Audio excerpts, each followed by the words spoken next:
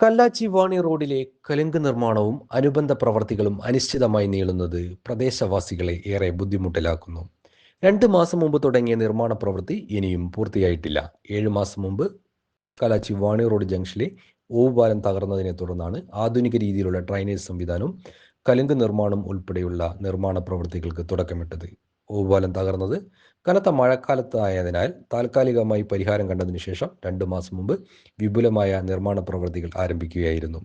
നിർമ്മാണം തുടങ്ങിയതിനു ശേഷം വാണി റോഡിൽ കല്ലാച്ചി ടൗണിൽ നിന്നും മുത്തപ്പൻ മടപ്പുരയിലേക്ക് പോകുന്ന ജംഗ്ഷൻ വരെയുള്ള ഗതാഗതം പൂർണ്ണമായും നിരോധിച്ചു.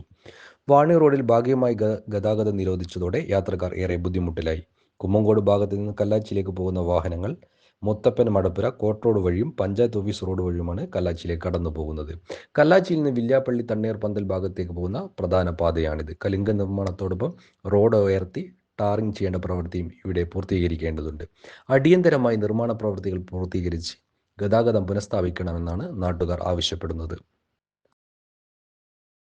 കല്ലാച്ചി വാണി റോഡിൽ യാത്രാ ദുരിതം തുടരുകയാണ്. കലുങ്ക് നിർമ്മാണത്തിനായി ഇവിടെ റോഡ് അടച്ചതോടെയാണ് ജനങ്ങളേറെ ബുദ്ധിമുട്ടിലായത്. അടിയന്തരമായി കലുങ്ക് നിർമ്മാണവും മറ്റ് നിർമ്മാണ പ്രവൃത്തികളും പൂർത്തീകരിച്ചില്ലെങ്കിൽ ജനങ്ങളേറെ ബുദ്ധിമുട്ടിലാകും.